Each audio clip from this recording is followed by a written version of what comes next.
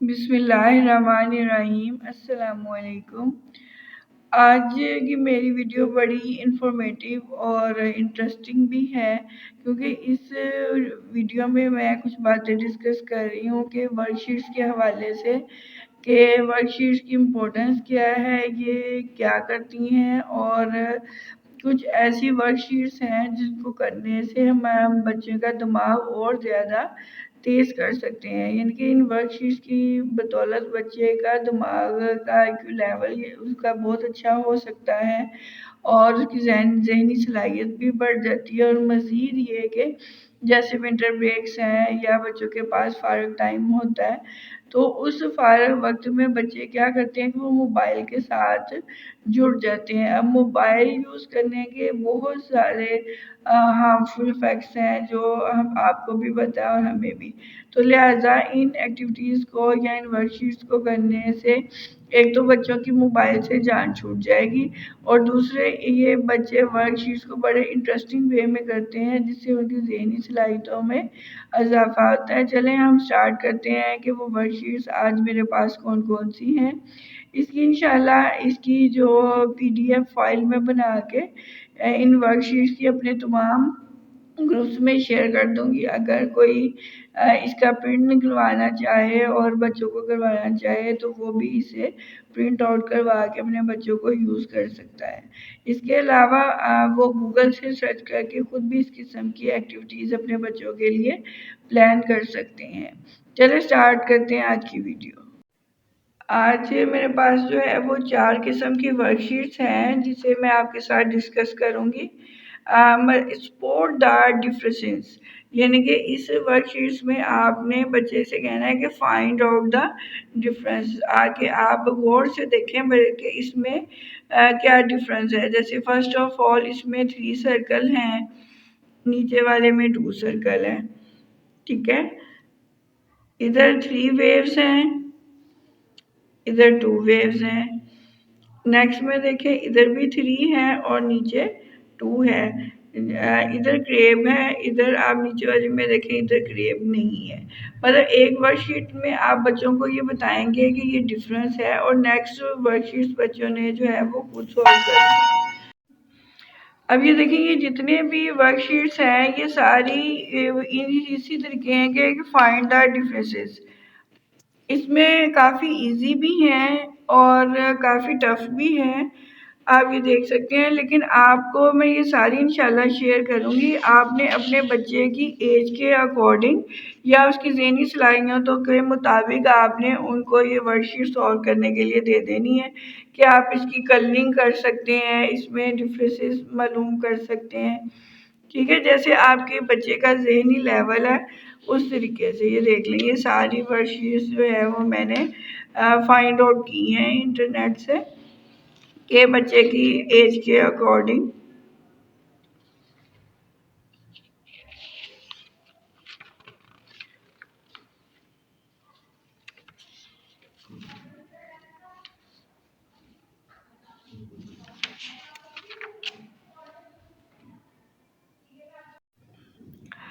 Second जो type की worksheets हैं इसमें फाइंड आउट द वे है कि ये एक रैबिट है। बच्चे को lead pencil, crayon, pencil colour, poster colour कोई भी दे सकते हैं कि आप फाइंड आउट करें कि बच्चा यहाँ से जाएगा, यहाँ से, अच्छा यहाँ से तो रास्ता बंद हो गया, फिर यहाँ से ऐसे।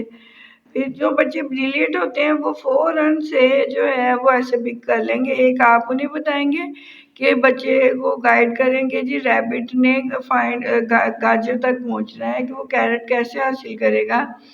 तो रैबिट यहाँ से एंटर होगा तो कौन सा रास्ता इख्तियार करेगा कि वो डायरेक्ट जो है वो कैरेट तक पहुंच सकता है। इसे पजल्स भी कहते हैं, फाइंड आउट द वे भी कहते हैं, मेज गेम भी कहते हैं, ठीक है। उर्दू में जैसे सिंपल वे में हम कहते हैं कि रास्ता तलाश करें। अच्छा ये सारी वर्कशीट्स इसी किस्म से रिलेटेड है। इसमें भी 3 क्लास से लेके 5 क्लास तक या ऑनवर्ड बच्चे की वर्कशीट्स जो है वो आपको मिल जाएंगी। अच्छा, ये जो वर्कशीट है ये बी बनी हुई है। इसमें बच्चा इसके सेंटर में जो है वो पेंसिल फेरेगा, क्रेयॉन दे दें, आप उन्हें चौक दे दें, मार्कर कलर दे दें, पोस्टर कलर दे दें, जो भी। अच्छा, इस वर्कशीट के दो फायदे हैं, ये देखें। एक तो ये देखें, एक तो बच्चा फाइंड आउट करेगा वे, और दूसरा, अगर आपने मेरी प्री राइटिंग स्किल्स की वीडियो देखी है तो उसमें मैंने बच्चों को अप कर्व और डाउन कर्व बताया है, तो वो उसके में बच्चे ये फाइंड आउट भी करेंगे वे, और इस तरीके से उन्हें अप कर्व और डाउन कर्व बनाने की भी प्रैक्टिस हो जाएगी। अब ये नेक्स्ट वर्कशीट देख लेंगे, इसी किस्म से रिलेटेड है। ये देखें, जिसमें बच्चे वेट तलाश करने के साथ साथ, ये देखें, ये सारी इसी किस्म की हैं।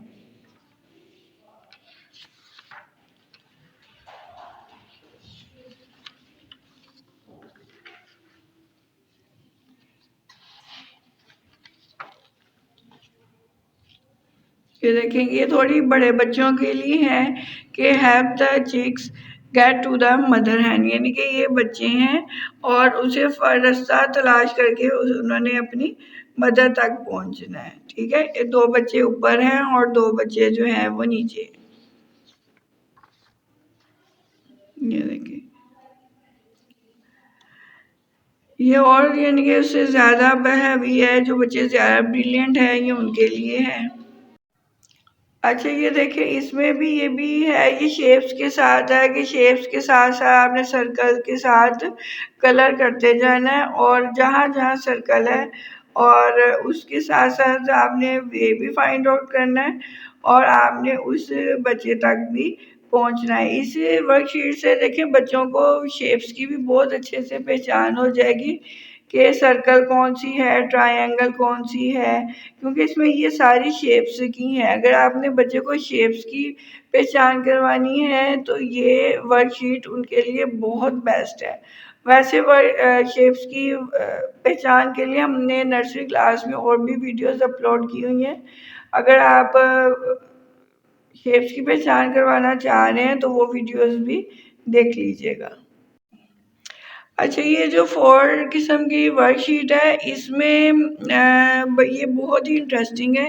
इस वे में ये स्टोरी टेलिंग में भी आता है। स्टोरी टेलिंग हम किस तरीके से कर सकते हैं और स्कूल में हम कैसे सिखा सकते हैं बच्चों को नए नए तरीके से स्टोरी। ये बात ज़हन में रखिएगा कि बच्चे जो चीज़ स्टोरी की शक्ल में सुनते हैं वो उन्हें ज़्यादा तरीके से अच्छे तरीके से याद हो जाती है, बजाय कि हम उन्हें पढ़ाते रहे। अब दरअसल वे ऑफ टीचिंग जो है वो चेंज होते जा रहे हैं, मेथडोलॉजीज़ जो है वो नई नई आ गई हैं। तो अगर हम उन्हीं पुरानी तरीक़ों को जो है वो फ़ोकस करते रहेंगे तो हम तलीमी मैदान में और भी पीछे रह जाएंगे।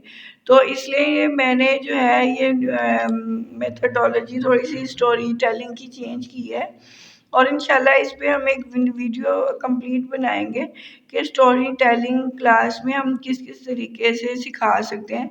लेकिन बहरहाल ये तो मैं आपको पेरेंट्स को जो है वो बता रही हूँ कि हम ये एक्टिविटी घर में कैसे करवा सकते हैं। तो ये देखिए, इस को अगर हम बच्चे को सुनाएंगे कि once there was a lion, he was sleeping, a rat came. ये देखें, आप उन्हें स्टोरी जो है वो चाहे उर्दू में सुनाएं चाहे इंग्लिश में सुनाएं, आप सिर्फ बच्चे को ये दिखाएं पिक्चर और साथ साथ वो लाइन बताएं कि देखे बेटा, एक लाइन था, वो सो रहा था, एक चूहा उसके पास आया, लाइन उठ गया, चूहा चूहा उसके ऊपर भागा और लाइन जो है वो उठ गया।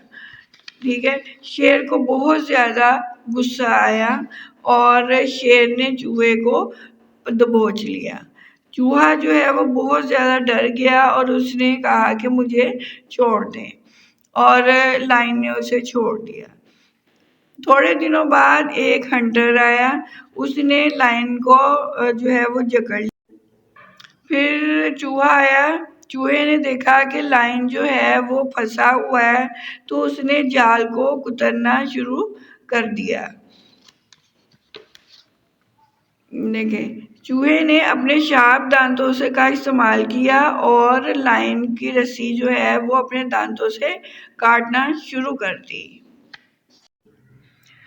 अब लाइन जो है वो जाल से फ्री हो गया, क्योंकि चूहे ने अपने दांतों का इस्तेमाल करते हुए उसकी रस्सियां काट दी थी।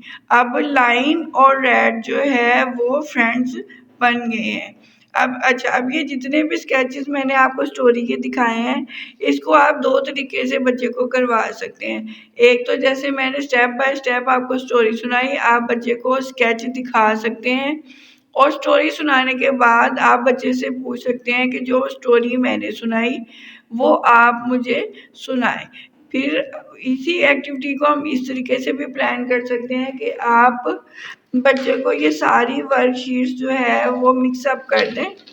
ये देखें, आप सारी वर्कशीट्स जो है वो उसे मिक्सअप कर दें और उसे कहें कि जैसे स्टेप बाय स्टेप मैंने रखी, पहली कौन सी पिक्चर आएगी। बच्चा ये सारी सर्च आउट करेगा कि पहली कौन सी आएगी। अगर तो बच्चे का हाफजा तेज होगा तो फर्स्ट वन वो ये वाली पिक्चर आपको निकाल के दे देगा। उसके बाद आप उसे अगली लाइन सुनाएं, तो अगली लाइन सुनाते वक्त आप कहें कि फिर चूहा शेर के ऊपर भागना शुरू कर दिया। अब ये देखिए, आप इसको दो तरीकों से करवा सकते हैं। एक तो स्केच आप टोटल बच्चे के हैंड ओवर कर दें कि ये लें, आप जैसे मैंने स्टोरी सुनाई है आप स्टेप बाय स्टेप तमाम वर्कशीट्स को वैसे अरेंज करें, ठीक है। और या फिर आप दूसरे मेथड में क्या कर सकते हैं कि आप बच्चे से कहें कि मैं लाइन बोलता हूँ या मैं स्टेटमेंट बोलती हूँ, तो आपने उस स्टेटमेंट से रिलेटेड मुझे पिक्चर इसमें से निकाल के दिखानी है। अब जैसे आप कहें कि एक शेर जो है वो सोया हुआ था, बच्चा सारी वर्कशीट जो है इससे रिलेटेड फाइंड आउट करेगा कि वो कौन सी है। इस तरीके से वो सारी जो है वो सोचेगा। सोचने के बाद अगर तो उसका हाफजा अच्छा हुआ तो वो फौरन आपको जो है वो इस निकाल के कहेगा टेक इट, ठीक है, कि इसमें शेर जो है वो सोया हुआ है, ठीक है। यानी कि स्टोरी टेलिंग को हम दो तरीकों से करवा सकते हैं। वो किस तरीके से, फर्स्ट वन, आप स्टोरी सुनाने के बाद बच्चों से कहें कि मैं स्टेटमेंट बोलता हूँ या बोलती हूँ, आपने मुझे उस स्टेटमेंट के हवाले से वो पिक्चर निकाल के देनी है। या फिर आप ये कह सकते हैं कि जिस तरीके से मैंने आपको स्टोरी सुनाई आप उस तरीके से स्टोरी जो है वो अरेंज करें। मेरे पास सॉफ्ट बोर्ड है, मैं उसके ऊपर लगा के आपको दिखा देती हूँ। अब आप ये दे सकते हैं कि मैंने तस्वीरों पूरी कहानी को स्टेप बाय स्टेप अपने सॉफ्ट बोर्ड पे लगा लिया है।